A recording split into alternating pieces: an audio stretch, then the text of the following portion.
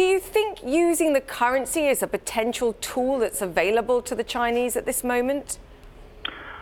Well, I think if you say at this moment, I think the answer is no. In fact, I read the story along with probably hundreds of thousands of other people today on Bloomberg, and I wasn't convinced by it, to be honest. I think at this point, particularly after the lessons which I think the Chinese learned in 2015 and 2016, they would be really anxious about using the messaging of a currency depreciation or using the currency as a weapon in this trade spat with the United States, because I think they would worry that it would engender financial instability at home and also encourage the inventiveness of Chinese companies and Chinese households to get their money out of China, despite the fact that, of course, they have capital controls. But that hasn't stopped people in the past. So I think I wouldn't discount it completely. I mean, in the event of a complete breakdown of relations, of course,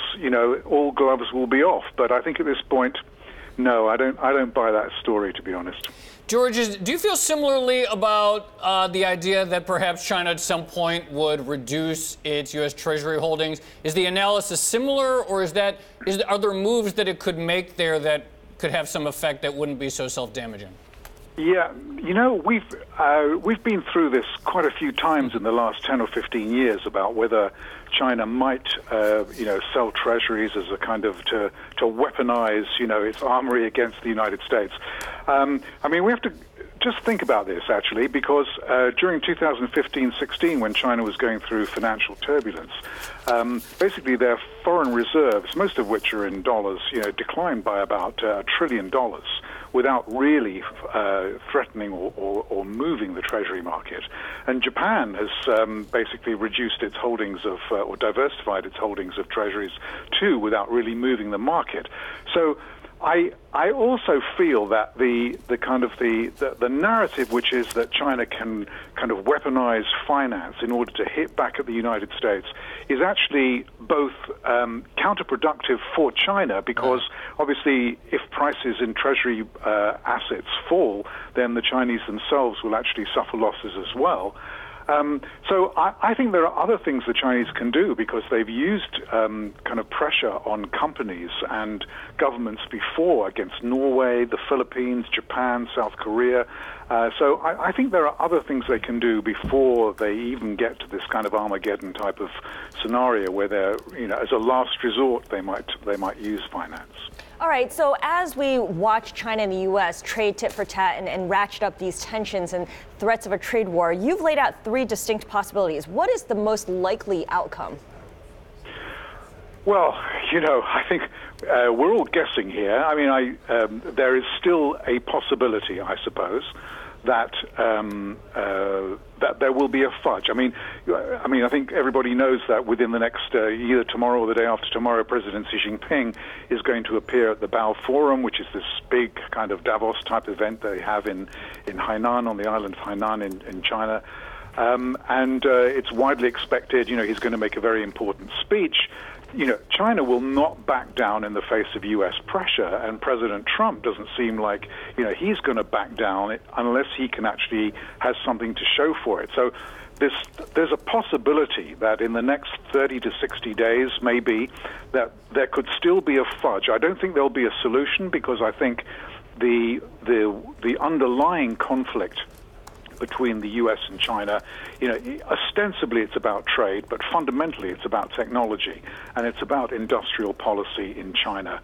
So that's not going to be resolved by, changing a few tariffs or opening markets to American financial firms, although these may be part of a fudge that I think, is still possible. But I do think, markets are still a bit complacent. I think we have to be prepared for the possibility that actually things will get much trickier, much nastier, before they might get a little bit kind of stable, let's put it like that. I mean, the fudge requires some level of communication and negotiation, surely. I mean, we had the Chinese Commerce Ministry saying that trade talks cannot be held under current conditions. So what's the risk here, George? And it kind of alludes to your point of perhaps the underappreciated risk here is that the Chinese just get pushed to such an extent that they go, you know what, we batten down the hatches. We're not going to negotiate with you. And President Trump, you've got an election to win in a few months' time, and we don't have to worry about that ever again. That's quite true. I mean, there is that political leverage that the Chinese certainly have, and it's important from a timing point of view, obviously, from a political point of view, for the president to basically come up with something during the next few months. But I think, I think that there's it's a very, very kind of risky situation. I don't think China wants a trade war. Although they say there aren't any kind of negotiations or trade talks going on, I can't believe that back channels aren't really working. I know that in the so-called comprehensive economic dialogue, which took place last summer, that there was a lot of disappointment about the state of negotiations and the infrastructure of dialogue between the U.S. and China, and probably things are not working as they used to. But I'm not sure that it's true that that there's been a complete kind of breakdown of communications, notwithstanding what I think the Commerce Ministry or the Finance Ministry in Beijing said the other day. George, real quickly, there's this emerging narrative out there that Trump has the next election to worry about, and Xi Jinping basically has forever, so he can play the long game. Is China really able to be much slower and strategic and deliberative, or is that sort of a myth? I think it's a bit of a myth. I mean, we all think that, it's part of the narrative that China itself likes to encourage, which is, they've been around for 5,000 years and they take the long view and so on and so forth. But actually, if that was true, then China would never have run into any kind of financial or economic kind of turbulence during the last 20 years. And of course, that's been patently untrue. It keeps on running into trouble when it kind of makes errors, and it does make errors from time to time. And so I think that view that China can sit back and take the long view it's a nice part of a story, but actually I don't think it really holds much water, to be honest.